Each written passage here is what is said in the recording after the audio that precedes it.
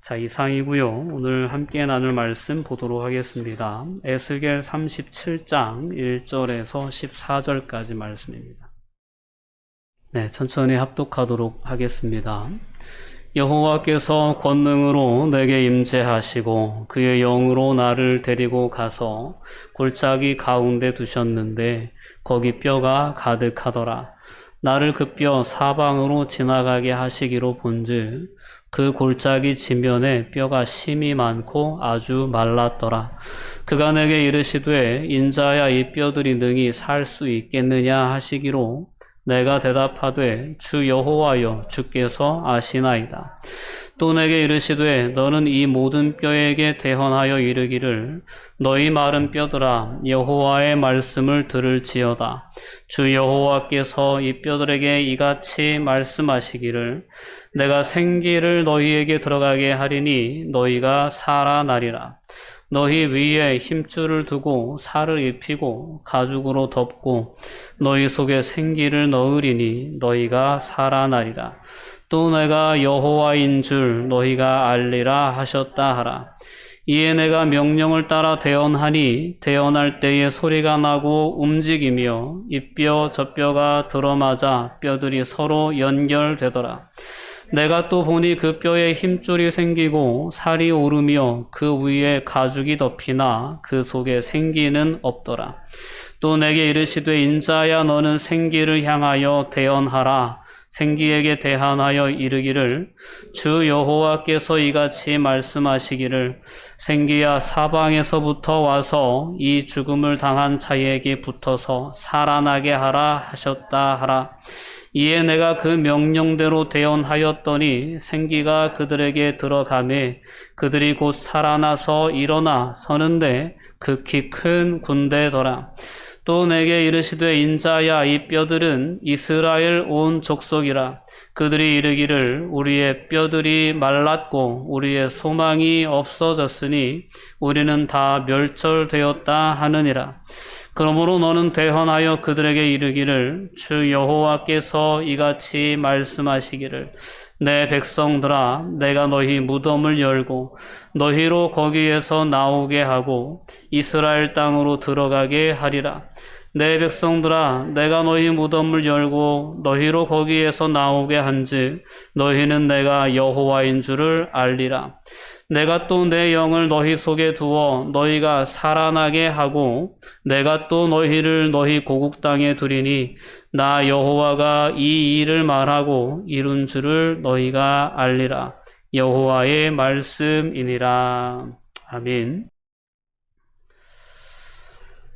네, 오늘도 이렇게 하나님 말씀 앞에 설 수 있게 됨에 감사를 드립니다. 오늘 하나님께서 에스겔 골짜기에 불어 주셨던 그 생명의 기운이 오늘 저와 여러분의 영혼을 소생시키는 성령의 능력인 줄 믿습니다. 오늘 그 생기를 우리가 가득 품고 주님 오시는 그날까지 우리에게 주어진 이 신앙의 경주를 해나갈 수 있었으면 좋겠습니다.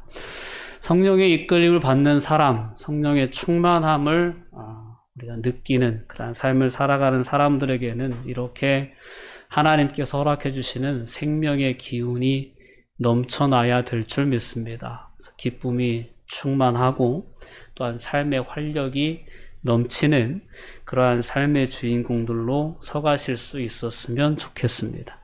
자, 오늘 본문의 말씀이 주어진 역사의 현장을 돌아보면 남유다가 기원전 587년도에 멸망을 하고 바벨론의 포로로 잡혀가 있는 그러한 현실, 포로기에 주어진 하나님의 메시지입니다. 특별히 나라가 멸망하고 그들이 그토록 신뢰했던 성전마저 완전히 파괴된 그러한 모습 속에서 그들이 2000km가 넘는 그러한 길을 걸어서 정말 사망의 행군이죠. 가다가 죽어나가는 사람들이 태반이었을 것이고 그런 길을 걸어 도착한 그 이방의 낯선 땅에서 아무런 민족의 회복에 대한 소망도 없고 하나님의 성전이 파괴된 것까지 보면서 하나님으로부터까지 버림을 받은 것 같은 그러한 절망스러운 상황 가운데 그들의 모습은 마치 죽은 자와 같았다라는 것을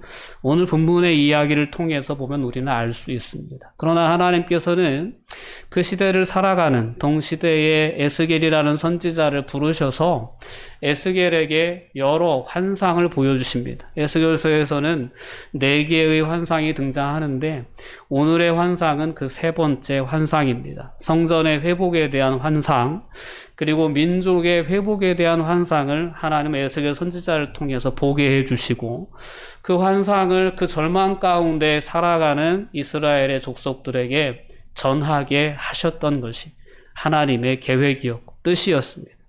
그들이 비록 하나님의 징계로 말미암아 하나님의 역사 섭리로 말미암아 바벨론에 의해서 완전히 망하게 되었지만 그렇게 절망스러운 상황 가운데 처하게 되었지만 그 남은 자들에게 하나님이 주시는 분명한 메시지는 하나님께 소망을 두라라는 메시지였습니다.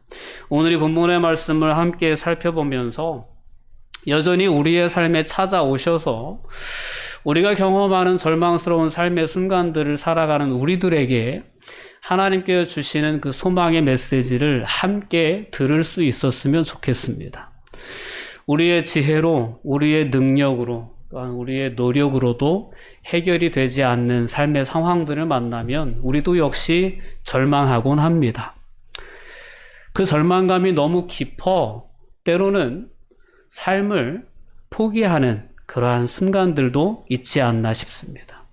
그리고 이 땅에 코로나로 인해서 경제적인 어려움, 그것을 감당하지 못해서 스스로 목숨을 끊는 자들이 이 세상에는 여전히 존재하고 있는 그러한 세상을 우리가 살아가고 있습니다. 세상으로부터 경험하는 이러한 많은 절망스러운 상황들 속에 우리들도, 우리 신앙인들도 예외가 아닐 수 있습니다. 그래서 그런 어떤 삶의 자리에 살아가는 우리들에게 여전히 하나님께서 소망이 되실 수 있다는 메시지를 오늘 말씀을 통해서 여러분들이 분명히 들으실 수 있었으면 좋겠습니다. 오늘 본문 말씀은 그 포로기를 살아가는 그러한 에스겔 선지자에게 하나님께서 놀라운 회복의 의미를 허락해 주시기 위해서 주신 그러한 환상을 다루고 있습니다. 하나님께서 권능으로 에스겔 선지자에게 임하시고 그의 영으로 에스겔 선지자를 데리고 가서 골짜기, 어느 한 골짜기를 보이시는데 그 골짜기에는 뼈가 가득했다라는 것입니다. 선지자가 사방으로 돌아다니며 자세히 보자 그 골짜기 지면에 뼈가 심이 많았고 아주 말라있는 뼈였다라고 소개하고 있습니다. 그때 하나님께서는 인자 이 에스겔에게 그런 질문을 하죠. 인자야, 이 뼈들이 능히 살 수 있겠느냐라는 질문을 하십니다. 그러자 선지자는 주께서 아십니다라고 대답을 하죠. 여러분, 우리가 생각하기에 이 뼈들이 살아날 수 없습니다. 상당히 절망적인 모습일 수밖에 없습니다. 그럼에도 불구하고 그 절망 가운데에서 생명의 역사를 일으키실 수 있는 분이 하나님이심을 우리는 분명히 기억할 수 있어야 합니다. 주께서 아십니다 라고 선지자가 대답했더니 하나님께서 선지자에게 이런 명령을 내리십니다. 오늘 4절 말씀을 보면 내게 이르시되 너는 이 모든 뼈에게 대언하여 이르기를 너희 마른 뼈들아 여호와의 말씀을 들을지어다 라고 그렇게 하나님께서 말씀하시는 거예요. 죽은 뼈들이 어찌 하나님의 음성에 귀 기울일 수 있겠습니까? 우리의 생각에는 그렇지 않습니까? 다 죽었는데 말라 비틀어졌는데 무슨 여호와의 말씀을 들으라 하십니까? 그렇게 인간적인 생각을 앞세울 수도 있습니다. 주 여호와께서 그 뼈들에게 주시고자 하시는 메시지는 5절 말씀에 나와 있습니다. 5절 말씀 우리 함께 읽어보도록 하겠습니다. 주 여호와께서 이 뼈들에게 이같이 말씀하시기를 내가 생기를 너희에게 들어가게 하리니 너희가 살아나리라. 하나님의 말씀의 뜻은 여기에 있었습니다. 내가 생기를 너희에게 들어가게 할 것이다. 그러면 너희는 살아나게 될 것이다 라는 것입니다. 하나님의 말씀은 능치 못하심이 없습니다. 하나님은 천지를 창조하실 때에도 말씀으로 창조하신 분이십니다. 하나님의 말씀은 이렇게 놀라운 생명의 능력이 있는 말씀입니다. 그 말씀을 선지자가 듣고 그 뼈들에 대언을 합니다. 7절 말씀을 보면 이에 내가 명령에 따라 대언하니 대언할 때에 소리가 나고 움직이며 이 뼈 저 뼈가 들어맞아 뼈들이 서로 연결되더라. 그리고 더 나아가서 그 뼈에 힘줄이 생기고 살이 오르며 가죽이 덮이니 그 속에 여전히 그러나 생기는 없었더라 라고 이렇게 선지자가 자신이 본 환상을 오늘 말씀을 통해 우리에게 소개해 주고 있습니다. 참으로 놀라운 역사가 에스겔이 본 그 환상 속에서 일어났던 것입니다. 그리고 하나님께서는 두 번째로 그에게 말씀하셔서 인자야 이제는 너를 생기를 향하여 대언하라.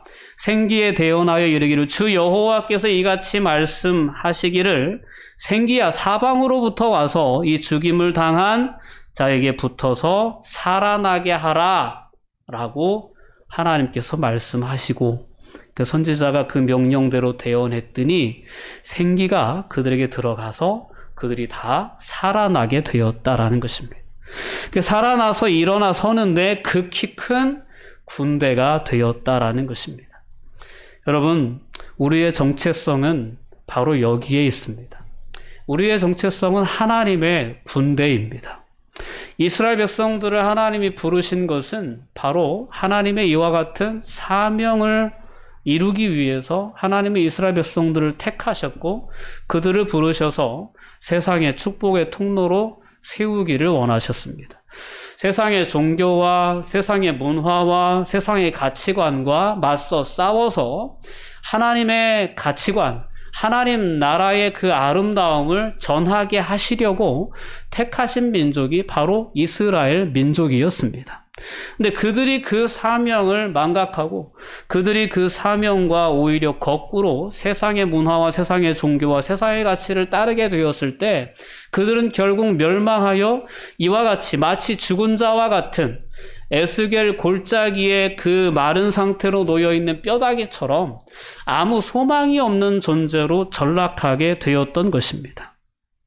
근데 하나님은 에스겔에게 주신 환상 속에서 다시금 그 뼈다귀들에게 살이 붙고 가죽이 덮이고 생기가 불어와 붙어서 그들이 다시금 일어나 군대로 서는 그 환상을 보여주셨던 것입니다. 다시 그들에게 하나님의 백성으로서의 정체성이 회복되고 하나님의 백성이 걸어가야 할 사명이 회복되어 하나님 나라 운동을 지속해 나갈 수 있는 하나님의 백성으로 서가는 그 모습을 하나님은 환상 가운데 에스겔에게 보여주셨고 에스겔은 그 메시지를 가지고 그 당시에 절망 가운데 있는 이스라엘 족속들에게 선포했던 것입니다. 자, 포로기는 결코 짧은 시간이 아니었습니다. 우리나라가 일제시대에 식민 통치를 받은 역사가 있죠. 36년입니다. 근데 얼마나 많은 그러한 아픔이 있었나 모릅니다. 변화가 있었는지 모릅니다. 가치관이 변하고 언어가 변하고 문화가 바뀌고 여러 가지 어떤 변화들이 있었어요. 근데 이스라엘 백성들이 바벨론에서 보냈던 포로의 기간은 무려 70년입니다. 70년이라는 기간은 많게 길게 보면 세 세대가 지나는 시간이에요. 그리고 그 시간 동안 그들이 하나님을 향한 이러한 어떤 소망의 메시지가 그들에게 없었다면 그들에게 하나님께서 허락해 주시는 이와 같은 선지자들을 통한 회복에 대한 메시지들이 그들에게 들려지지 않았다면 그들은 아무런 기대도 없이 절망에 사로잡혀서 그냥 역사에서 사라지는 존재들이 되었을지도 모릅니다. 근데 하나님은 그 포로기를 살아가는 그들에게 이러한 선지자들을 보내셔서 그들을 향한 하나님의 계획에 대해 말씀해 주셨고 그 말씀들이 그들에게는 소망으로 자리 잡았습니다. 그래서 그 소망을 붙잡고 비록 정말 비참하고 절망스러운 삶의 상황을 여전히 살아가고 있지만 회복에 대한 메시지를 품고 하나님의 말씀을 품고 그 말씀을 묵상하고 자신들의 정체성을 지켜나가는 남은 자들이 될 수 있었다라는 거죠. 그래서 정말 역사의 주관자가 되신 하나님께서 오늘 말씀하신 대로 그들을 그 무덤과 같은 그 포로의 현장에서 건져내셔서 고국으로 돌리고자 하셨을 때 그 명령에 순종하여 따라 나오는 하나님의 백성들이 설 수 있었다라는 거죠. 그리고 그들을 통해서 포로 후기 공동체가 형성되고 그 안에 예루살렘의 성전도 재건되고 유대교라고 하는 이 땅에 예수 그리스도께서 탄생하실 수 있는 영적인 토양이 형성될 수 있었던 것은 이와 같은 선지자들을 통해 주셨던 하나님의 소망의 메시지, 그 메시지를 품고 그 때를 기다렸던 남은 자들의 믿음이 있었기 때문이다라는 거죠. 오늘 이 시대를 살아가는 우리들에게 여전히 하나님은 이 땅에 소망으로 우리가 설 수 있기를 기대하십니다. 영적인 의미에서 보면 이 세상이 역시 에스겔의 환상 가운데 등장하는 그러한 사망의 골짜기와 같은 현실이 아닌가 싶습니다. 여전히 욕망에 이끌려 살아가는 그러한 사람들로 가득한 세상입니다. 매일매일 뉴스를 보면 우리는 알 수 있습니다. 사람들의 관심이 무엇인지.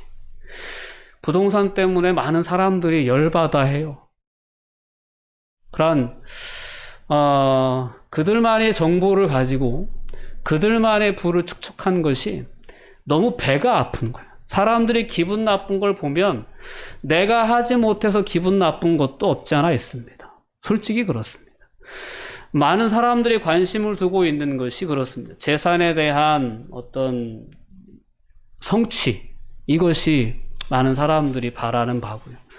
때로는 요즘 한참 정치가 이슈죠. 권세에 대한, 권력에 대한 욕망.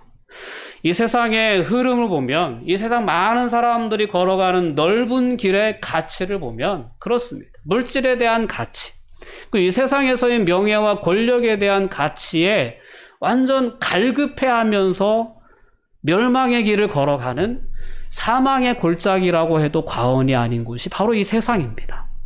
이 세상을 살아가는 그러한 많은 사람들 속에서 특별히 저와 여러분들을 하나님께서는 마치 이스라엘 백성들을 택하여 끄집어내셨던 것처럼 하나님의 백성들로 세워주셨다는 거죠. 근데 오늘 우리가 이스라엘 백성들처럼 그러한 하나님의 백성으로서의 정체성을 상실하고 하나님의 백성들에게 주어진 사명을 상실한 채 세상을 살아간다면 우리 역시 결과적으로는 이러한 에스겔의 환상 가운데 뼈로 가득 찬 골짜기의 모습처럼 그렇게 사망의 골짜기에 머물러 있는 그러한 절망스러운 삶의 자리에 설 수밖에 없다라는 것을 오늘 말씀을 통해서 우리가 분명히 깨달을 수 있었으면 좋겠습니다.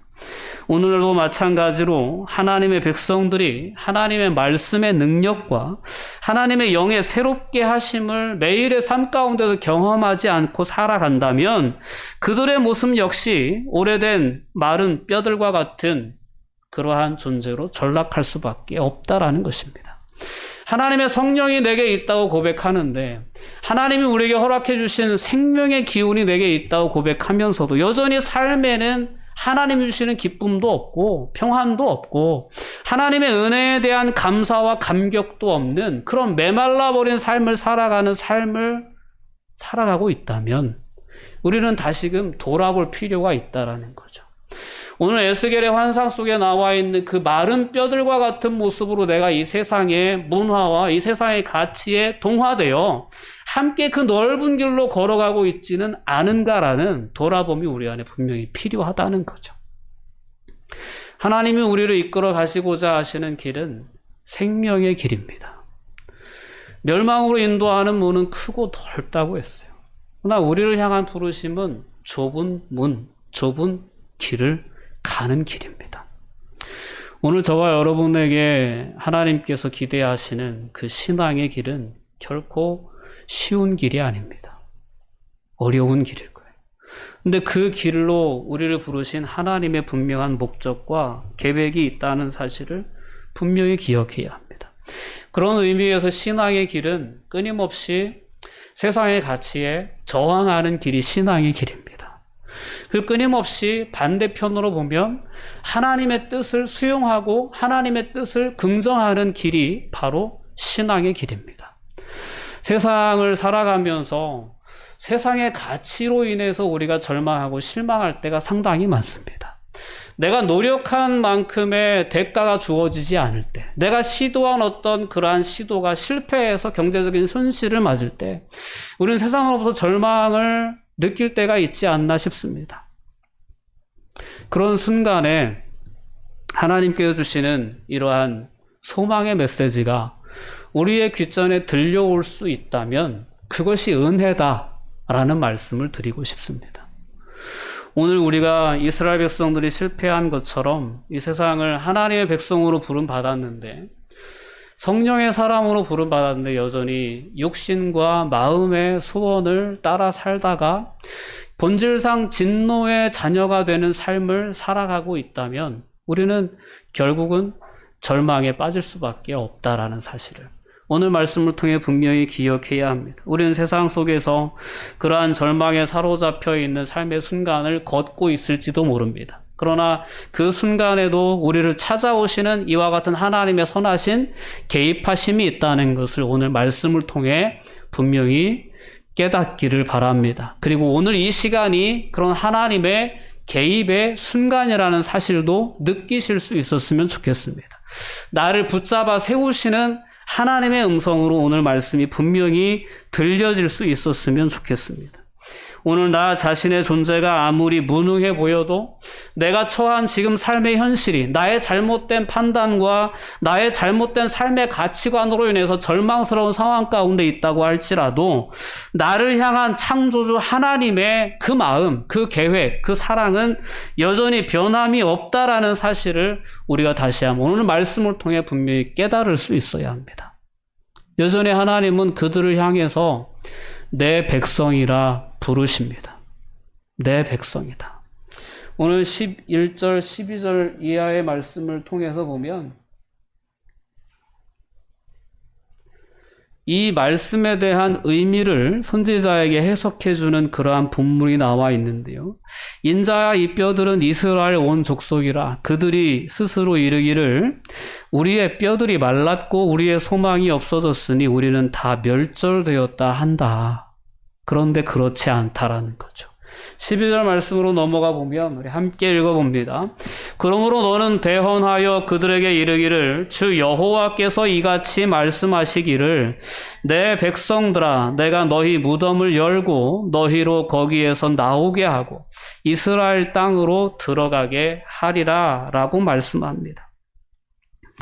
하나님은 깊은 절망에 빠져서 스스로 자신의 뼈들이 말랐고 소망이 없고 우리는 다 멸절되었다라고 고백하는 그들에게 하나님 분명히 말씀하십니다. 내 백성들아, 내가 너희 무덤을 열고 너희로 거기에서 나오게 하고 이스라엘 땅으로 들어가게 하리라 라고 말씀합니다.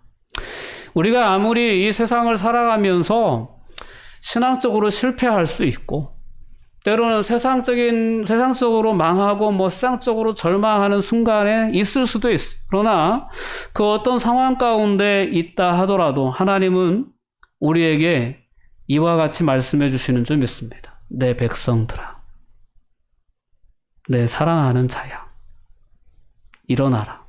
나와 함께 가자라고 말씀하시는 하나님이십니다. 그와 같은 음성을 가지고 그와 같은 메시지를 가지고 이 죽어가는 사망의 권세에 사로잡힌 이 세상을 구원하시기 위해서 우리 안에 오신 분이 예수님이신 거죠. 예수님을 이 땅에 보내시면서 하나님이 주신 메시지가 무엇입니까? 내가 세상을 사랑한다는 거예요. 하나님이 세상을 이처럼 사랑하사 독생자를 주셨다라는 메시지가 예수 그리스도의 오심에 담겨져 있는 메시지입니다. 그분이 오셔서 우리 안에 생명을 주기를 원하셨어요. 마치 무덤에 사로잡혀 있는, 무덤에 묻혀 있는 것과 같은 그러한 죽은 자와 같은 존재에게 하나님은 생기를 다시금 불어넣어 주시고 그들을 거기서 끄집어내셔서 이스라엘 땅으로 돌아가게 하시겠다라는 메시지가 그 역사의 그 어두운 터널을 지나고 있는 이스라엘 백성들에게는 너무나도 정말 절절한 그런 어떤 신앙의 힘을 이끌어내는 그러한 메시지가 될 수 있었던 거죠. 오늘 예수 그리스도의 오심이 이 사망의 세상 가운데에 그와 같은 메시지였음을 다시금 우리가 분명히 기억할 수 있었으면 좋겠습니다.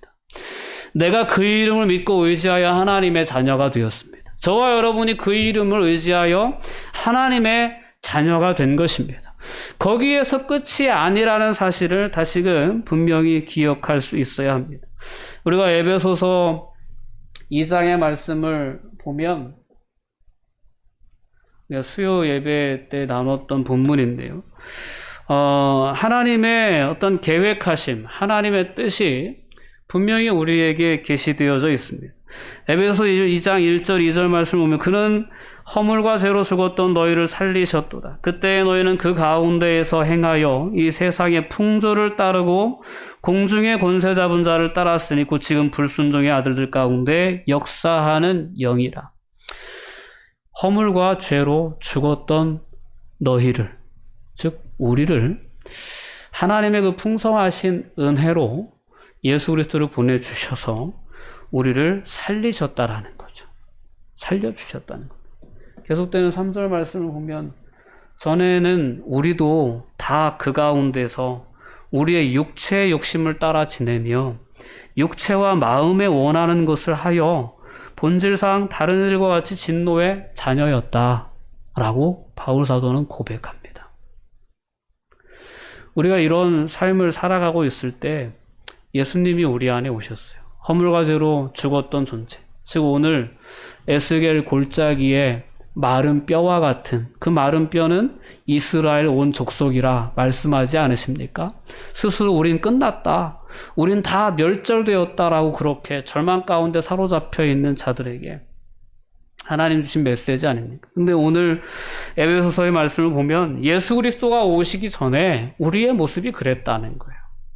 죄와 허물로 죽었던 우리였다는 거죠. 근데 하나님께서 우리를 살려주셨다는 것이 진정한 복음입니다. 에베소서 2장 4절 말씀을 보면 긍휼이 풍성하신 하나님이 우리를 사랑하신 그 큰 사랑을 인하여 허물로 죽은 우리를 그리스도와 함께 살려주셨다라는 것입니다. 이것이 우리에게 주어진 하나님의 놀라운 복음입니다. 여전히 우리가 이 세상을 살아가면서 경험하는 그러한 절망의 순간들 속에서 다시 한번 우리가 기억해야 할 것은 바로 이 하나님의 사랑이요, 이 하나님의 은혜인 줄 믿습니다. 하나님께서 이와 같은 놀라운 구원을 우리에게 허락하신 이유는 이런 하나님의 아름다운 복음의 이야기, 아름다운 은혜의 이야기를 이 세상 가운데 오는 여러 세대에 우리를 통하여 나타내시기 위해서 우리를 이 사망의 골짜기에서 건져내셨다라고 말씀합니다. 이런 놀라운 은혜를 받았음에도 불구하고 이러한 놀라운 은혜의 버금가는 삶의 방향성에 대해서 우리에게 분명히 말씀해 주셨음에도 불구하고 우리의 삶이 여전히 육체의 욕심을 따르는 삶, 육체의 마음이 원하는 것을 하는 그러한 진노의 자녀의 삶을 살아가고 있는 것은 아닌가라는 돌아봄이 우리 안에 분명히 있기를 오늘 말씀을 통해서 하나님은 간절히 소망하고 계시다라는 것입니다. 여러분 다시 한번 우리의 삶의 가치관을 점검할 수 있는 은혜가 있기를 바랍니다. 오늘 본문의 이스라엘 백성들도 하나님의 사명을 잊어버렸기 때문에 이와 같은 골짜기의 마른 뼈들과 같은 존재로 전락하고 말았다는 사실.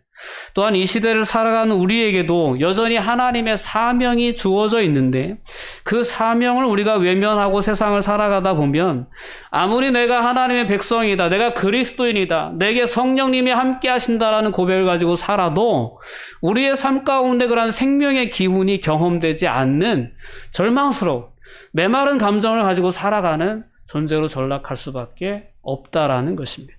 다시금 우리의 정체성을 회복하고 우리에게 허락하신 사명을 회복하여 우리가 소망의 자리에 다시금 설 수 있는 은혜가 있었으면 좋겠습니다. 우리가 살아가는 세상은 여전히 각박합니다. 그리고 여전히 넓은 길을 향하여 나아가고 있는 세상입니다.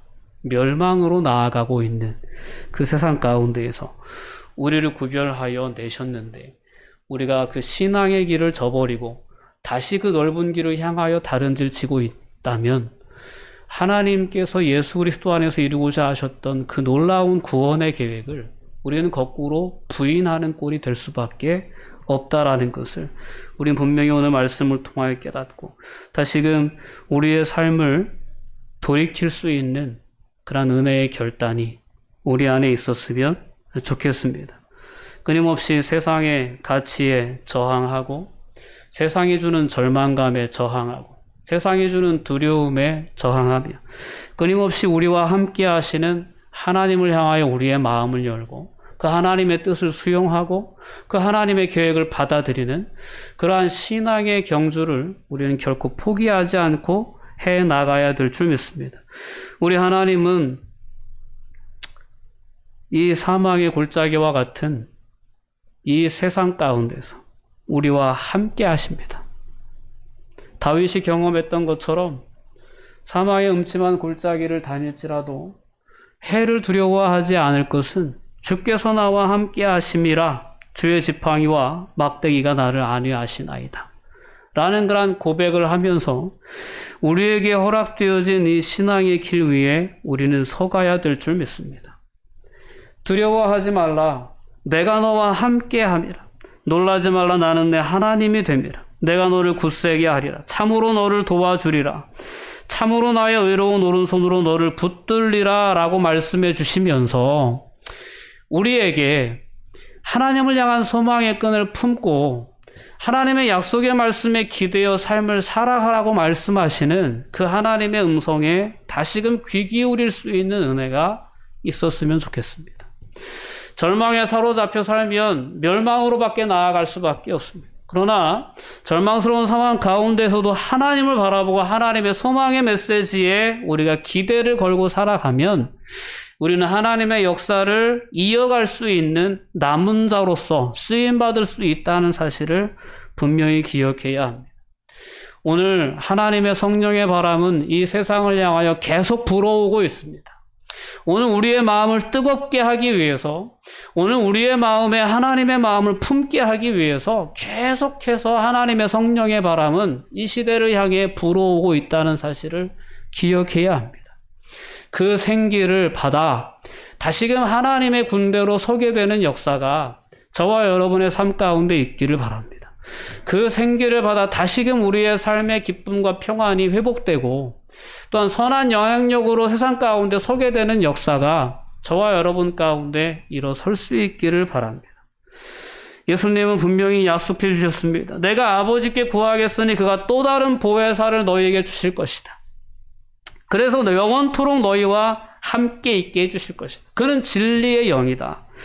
그가 진리 가운데로 너희를 이끌어 줄 것이다. 라고 분명하게 약속해 주십니다.